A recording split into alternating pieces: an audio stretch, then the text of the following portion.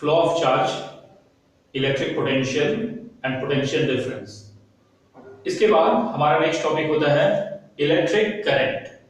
What electric current is. इसको समझने के लिए सबसे पहले ऐसा समझते हैं, ये एक वायर लेते हैं यहां से A C B. It is a wire, it is a metallic wire, a source of potential difference, that is a cell. एक सेल से एक मेटालिक वायर को कनेक्ट कर दिए, ठीक है। ये सेल का पॉजिटिव टर्मिनल है, मतलब क्या, हाई पोटेंशियल। ये सेल का नेगेटिव टर्मिनल है, लो पोटेंशियल, ठीक है। नेगेटिव टर्मिनल से कौन सा पॉइंट अटैच है, बी। पॉजिटिव यानी कि हाई पोटेंशियल से कौन सा पॉइंट अटैच है, ए, ठीक है।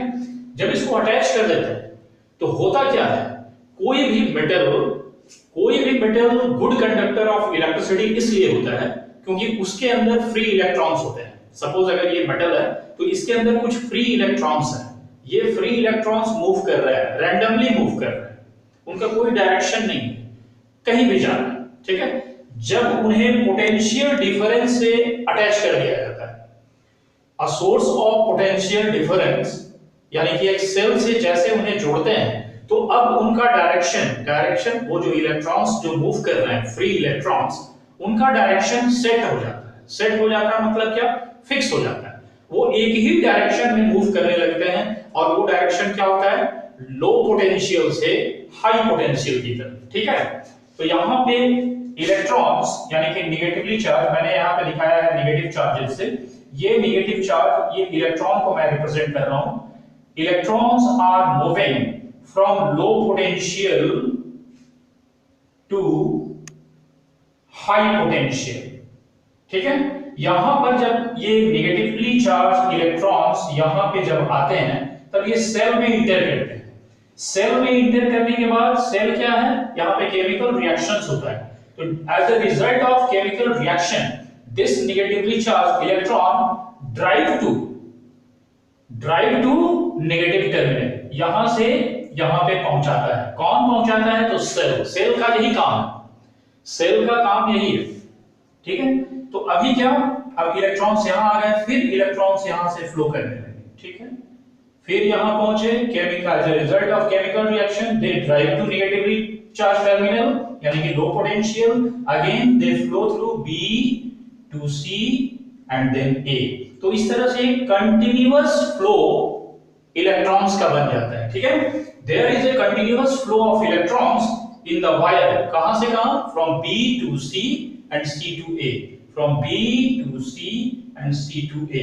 तो इलेक्ट्रॉन्स इस तरह से मूव करने लगते हैं, यानी कि नेगेटिव चार्ज इस तरीके से मूव करने लगता है।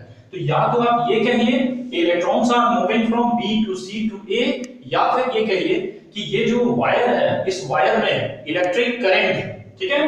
या फिर ऐसे कहिए there is an electric current in the wire, ठीक, ओके।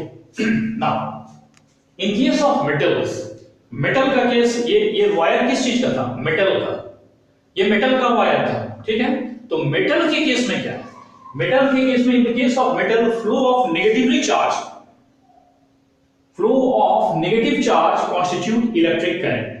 मेटल में इलेक्ट्रिक करंट के लिए रिस्पांसिबल कौन है, तो negatively charge movement of electrons, ठीक है। लेकिन ऐसा नहीं है कि हर हमेशा नेगेटिव चार्ज ही मूव करेगा। बहुत सारे ऐसे केसेस हैं, जैसे फॉर एग्जांपल इलेक्ट्रोलाइट का केस अगर हम लेते हैं, इलेक्ट्रोलाइट्स अगर लेते हैं, lead acid electrochemical cell, lead acid electrochemical cell, उसके अंदर जो इलेक्ट्रोलाइट है, जब उस इलेक्ट्रोलाइट का जब डिकम्पोजिशन होता है, या उसमें जब इलेक्ट्रिसिटी जब फ्लो कराते हैं, या जब वो सोर्स ऑफ इलेक्ट्रिसिटी बन जाता है, तब उसमें क्या फ्लो करने लगता है, क्या फ्लो करता है, तो उसमें नेगेटिवली चार्ज सल्फेट आयन भी मूव करते हैं और पॉजिटिवली चार्ज हाइड्रोनियम आयन भी मूव करते हैं, और दोनों कॉन्स्टिट्यूट करते हैं इलेक्ट्रिक करंट को, ठीक है। तो ये एक एग्जांपल था, क्लास 10 के लिए ये इंपॉर्टेंट नहीं है, बस एक एग्जांपल था। कभी कभी स्टूडेंट के मन में आता है कि क्या नेगेटिवली चार्ज फ्लो को ही इलेक्ट्रिक करंट कहते हैं, नहीं, जरूरी नहीं है। मेटल के केस में इलेक्ट्रॉन्स मूव करते हैं क्योंकि फ्री इलेक्ट्रॉन्स होते हैं, इसलिए नेगेटिव चार्ज मूव कर रहा है। किसमें? मेटल के केस में। लेकिन इलेक्ट्रोलाइट के केस में या और भी बहुत सारे केसेस हैं जब पॉजिटिवली चार्ज प्रोटॉन्स भी मूव करते हैं या पॉजिटिव चार्ज मूव करता है, आप ऐसा समझिए कि पॉजिटिव चार्ज भी मूव करता है, ठीक है। तो electric current can also be flow of positive charge, ठीक है। मेटल के केस में क्या था? It is a flow of negative charge. तो इलेक्ट्रिक करंट का डेफिनेशन क्या होगा? फ्लो ऑफ नेगेटिव चार्ज या flow of positive charge? Both, दोनों। Flow of charge is called what? Electric current, ठीक है। इलेक्ट्रिक करंट का डेफिनेशन ये हुआ कि मेटल का केस है तो नेगेटिवली चार्ज या फिर पॉजिटिवली चार्ज या कभी-कभी दोनों, ठीक है। अब बात करते हैं बाय कन्वेंशन। कन्वेंशन क्या है? इलेक्ट्रिक करंट का डायरेक्शन क्या होगा, किधर? जैसे कि अभी हमने देखा कि इलेक्ट्रॉन तो इस तरीके से मूव कर रहा है, करंट किधर मूव कर रहा है, करंट का डायरेक्शन किधर? तो हमारा कन्वेंशन ये होता है कि डायरेक्शन ऑफ इलेक्ट्रिक करंट क्या होगा? तो it is in the direction of flow of positive charge.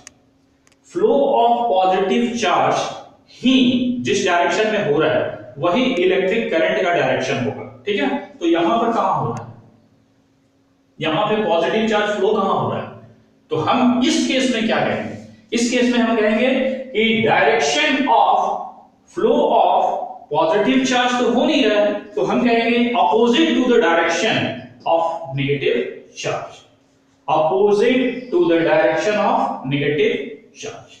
Negative charge जिस तरीके से मूव कर रहा है, नेगेटिव चार्ज अगर ऐसे मूव कर रहा है तो करंट का डायरेक्शन क्या होगा? इधर से इधर की तरफ। मैं यहां पर ये एरो दिया, ये एरो क्या रिप्रेजेंट कर रहा है? एरो रिप्रेजेंट कर रहा है कि नेगेटिवली चार्ज पार्टिकल इधर जा रहा है और करंट किधर फ्लो हो रहा है? उधर, क्योंकि करंट का डायरेक्शन कन्वेंशन के through direction of flow of positive charge होता है।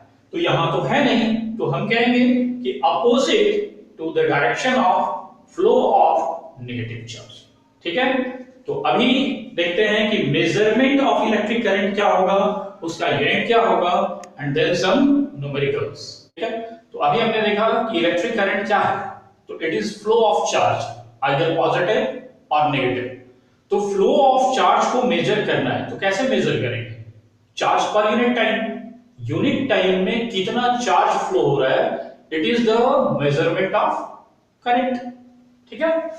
Flow of charge per unit time through a place is called magnitude of current at that place, ठीक है। flow of charge per unit time through a place is called magnitude of current at that place। I current is equal to flow of charge per unit time, flow of charge per unit time यानी कि unit time में कितना charge flow कर रहा है, ठीक है। तो इसके थ्रू हम मेजर करेंगे, ठीक। अब इसका यूनिट क्या होगा? इसका यूनिट क्या होगा? तो हमने देखा current is equal to charge per unit time, तो इसका यूनिट क्या? इसका एसआई यूनिट क्या हम लोग देखें? कूलम, ठीक है। टाइम का एसआई यूनिट क्या है? सेकंड। तो इसका एसआई यूनिट क्या होगा? इसका एसआई यूनिट अगर निकाल रहे हैं करंट का, तो इसका एसआई यूनिट और ये एसआई यूनिट ये दोनों मालूम है, यानी कि SI unit of current, SI unit of electric current is equal to SI unit of charge coulomb and SI unit of time second. Coulomb per second, coulomb per second, इसको ऐसे भी लिखते हैं कूलम पर सेकंड। और ये जो coulomb per second है इसको हम लोग कहते हैं एम्पियर। ये एम्पियर कहां से आया? तो ये सारा डिस्कवरी किसका था? तो French physicist Andre Marie Ampere, तो उन्हीं के ऑनर में इस यूनिट का नाम हम लोग क्या रखते हैं? एम्पियर, ठीक है। तो SI unit of electric current क्या हो गया? एम्पियर। अभी देखिए बहुत इंपॉर्टेंट है कि अगर यहां पे 1 कूलम होता और यहां पे 1 सेकंड होता, 1 कूलम बाय 1 सेकंड मतलब क्या? 1 coulomb per second, 1 coulomb per second. तो 1 कूलम पर सेकंड को 1 एम्पियर कहेंगे, ठीक है। 1 एम्पियर मतलब क्या? 1 कूलम पर सेकंड को कह रहे हैं क्या? 1 एम्पियर। तो 1 एम्पियर को डिफाइन कैसे करेंगे? 1 एम्पियर ऐसे डिफाइन होगा कि अगर 1 कूलम का चार्ज किसी प्लेस पे फ्लो हो रहा है 1 सेकंड तक, तो उस प्लेस पे कितना करंट फ्लो हो रहा है? 1 एम्पियर, ठीक है। if 1 coulomb of charge flow through a place in 1 second, then current at that place is called what? 1 ampere. ठीक है, 1 एम्पियर करंट क्या है, बहुत इंपॉर्टेंट है ये। 1 एम्पियर डिफाइन करना, डिफाइन 1 एम्पियर ऑफ करंट। तो हम लोग क्या बोलेंगे, 1 कूलम का चार्ज, 1 कूलम का चार्ज 1 सेकंड तक फ्लो हो तो उसको 1 एम्पियर कहते हैं। कहां फ्लो होगा, किसी प्लेस पे। वो प्लेस क्या होगा, मेटल हो सकता है, किसी मेटल के थ्रू फ्लो हो सकता है। तो हमने देखा क्या कि what electric current is, electric current के यूनिट क्या होंगे, how can we measure it, and what is the convention. Convention का मतलब direction of flow of electric current क्या होगा। ओके